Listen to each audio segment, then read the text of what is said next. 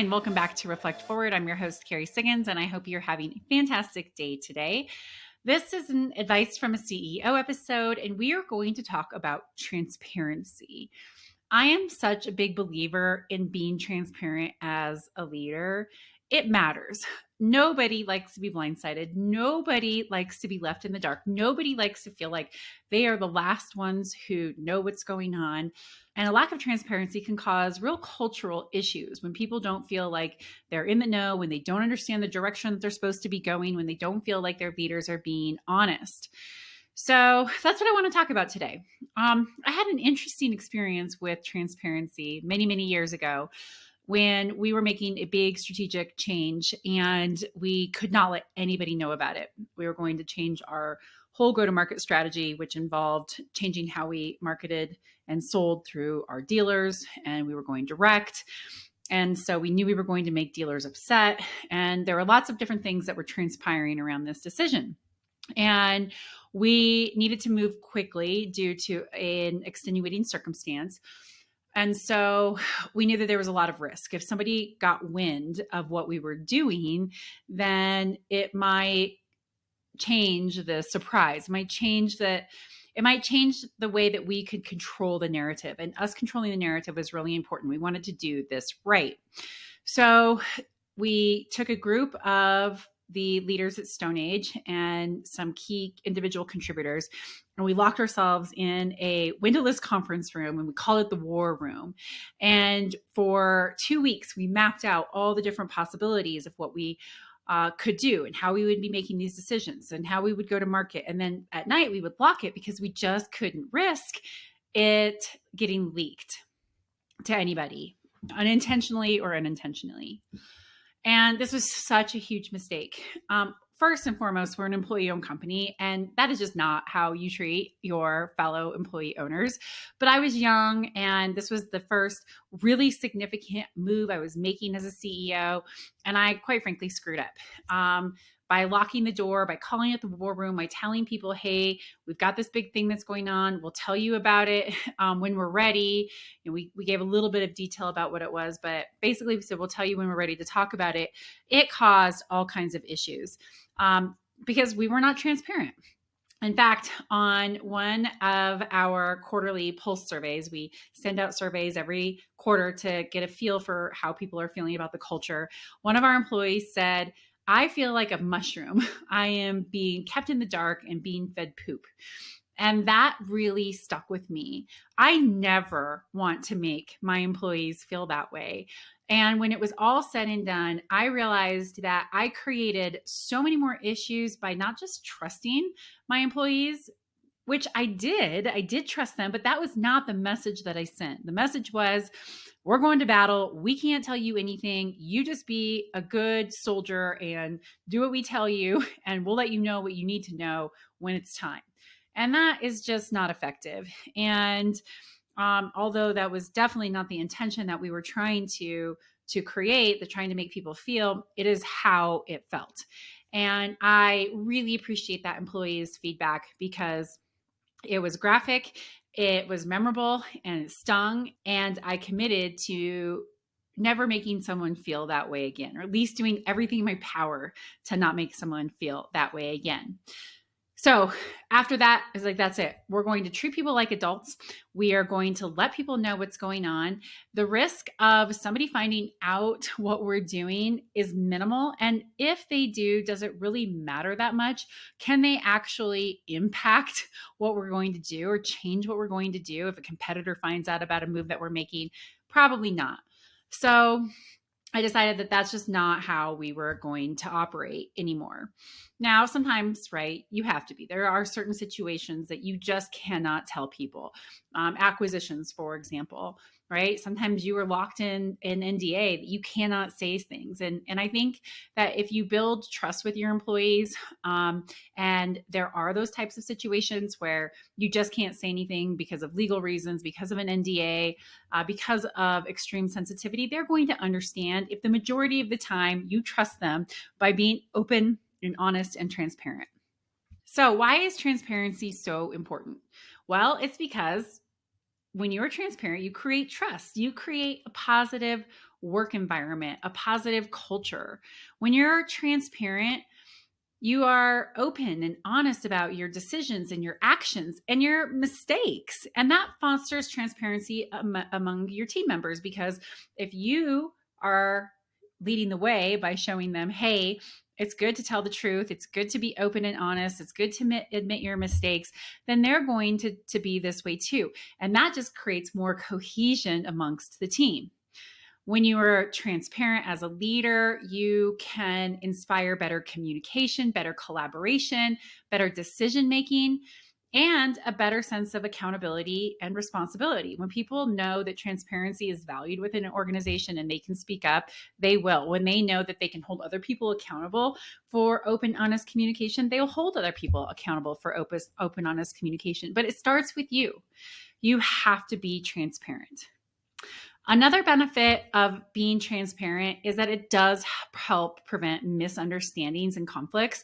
Like my example that I just gave you, right? We had a reason to be concerned, even though I think it was blown out of proportion, but it caused all kinds of misunderstanding and it caused all kinds of conflicts with people.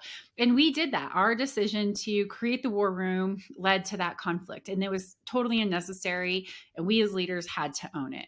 So overall, you will create a much more positive, inclusive work environment if you as a leader are just honest, if you're just transparent, and tell it like it is at face value. I think your employees will appreciate it. So how, as a leader, can you be more transparent?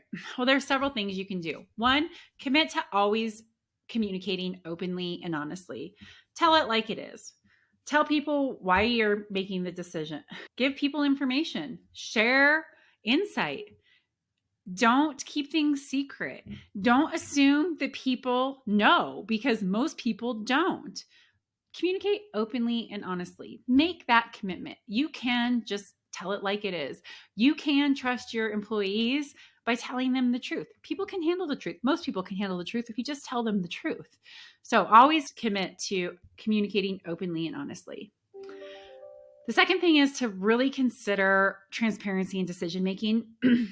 This is the biggest cause for conflict in an organization, because people want to understand how decisions are being made within the organization. Take the war room, right? We had no transparency in decision making. We were making decisions in that room locked up with no one else knowing what we're doing, but they knew we were in there making decisions. And that led to people mistrusting the situation, wondering what we were doing. And then when we rolled it out and everybody had to do the hard work of implementing those decisions, there wasn't buy-in because they did not have transparency in the decision-making process.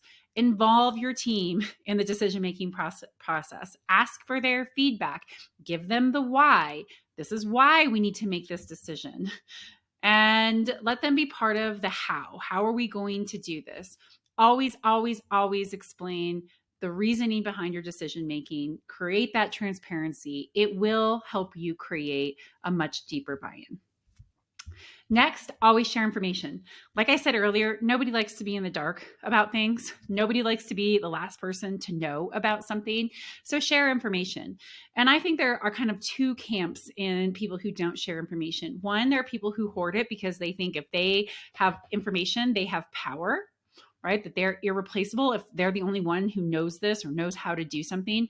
Or there's two, the second group of people who don't necessarily understand that the information that they have is valuable and how to go about sharing it, right? One has maybe ill intentions and the other one is just either not a good communicator or someone who is not good at communicating. So share information. One, if you're an information hoarder, I can promise you this, like you are not going to be more valuable because you are the only person who has this information. In fact, people aren't going to like working with you. And I always say this, if you are irreplaceable, you are unpromotable. So being that person that you're the go-to because you have all the information and you don't share it isn't going to actually help you advance in your career. So don't do that. If you do struggle with sharing the information, then there's some things that you can do to put into practice, right? You can create a disciplined system of, every time you walk out of a meeting, I need to share XYZ with my team. I am going to share this information with my team in this manner. I'm going to call a meeting. I'm going to send an email. I'm going to put it into an instant message. What is the best format for that? And I'm going to do it by this time.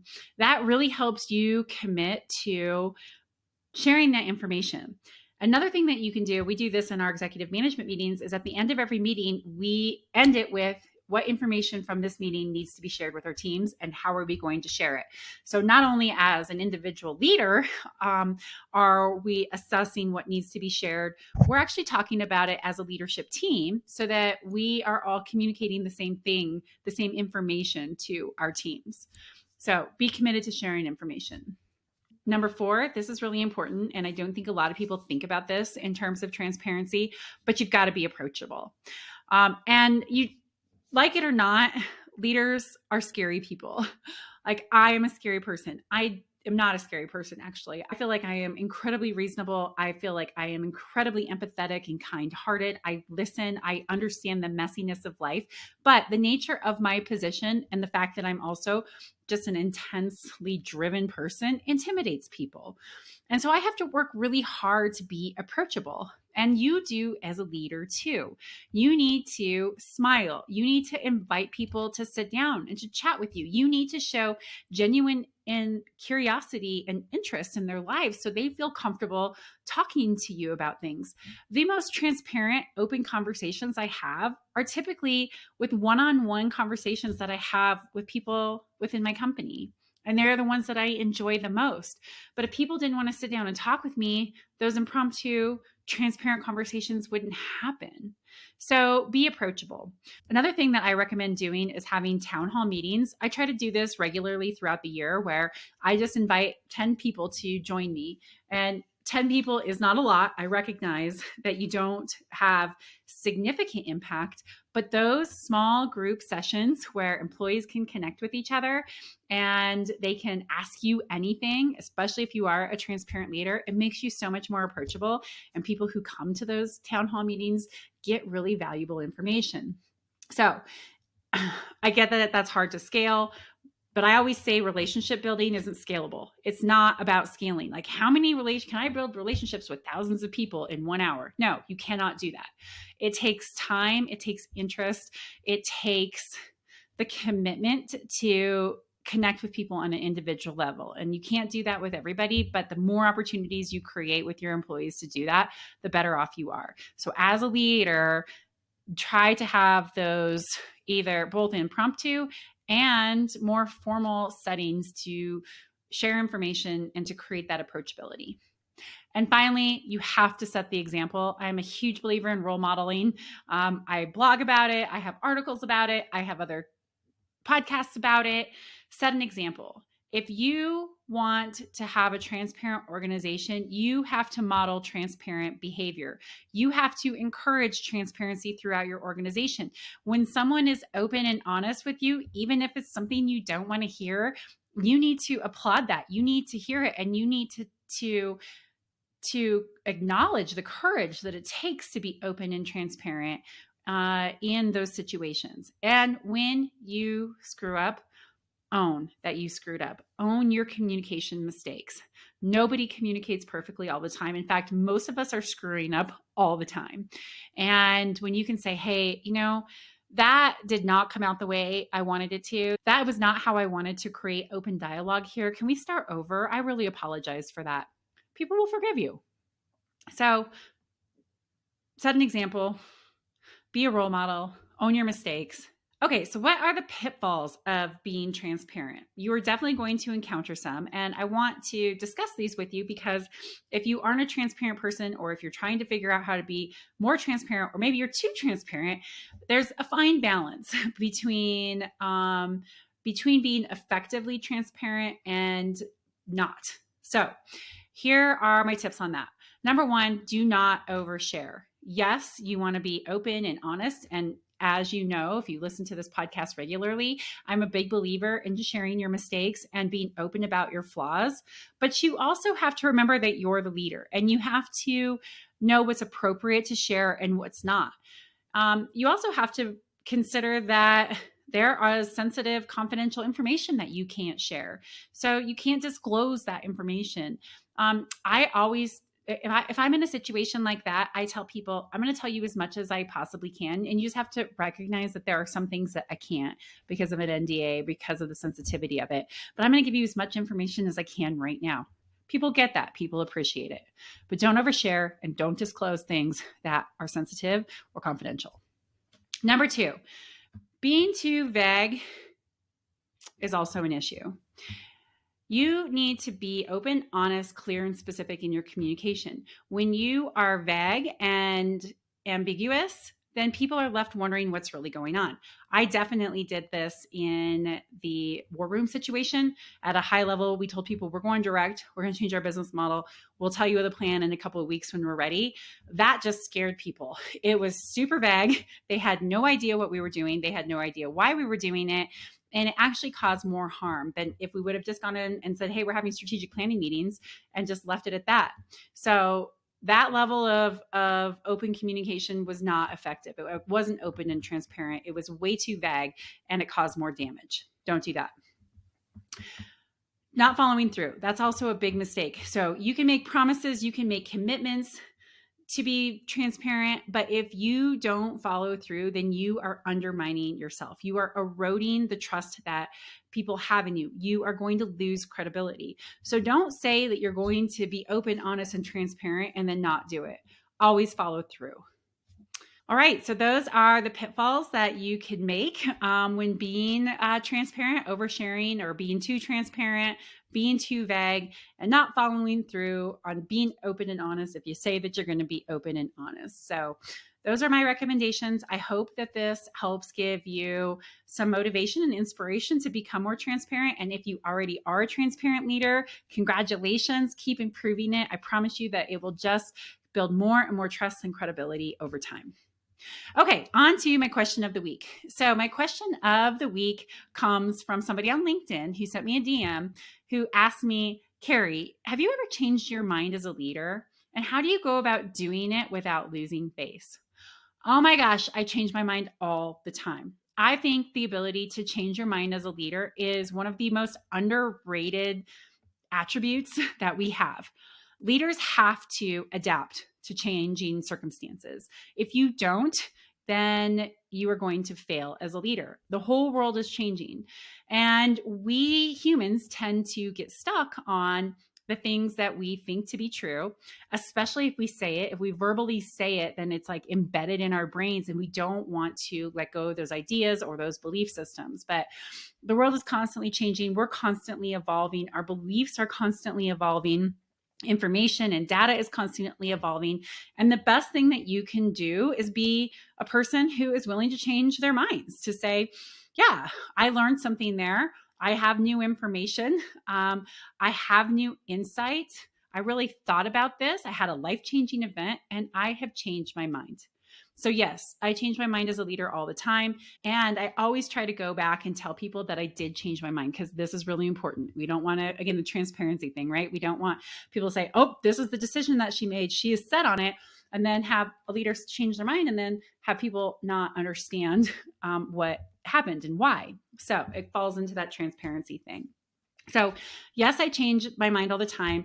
And I don't ever feel that I lose face by doing it because I think all leaders have to be willing to say, I have new information, or, hey, we were doing that and it wasn't working. I made a mistake. We have to change directions.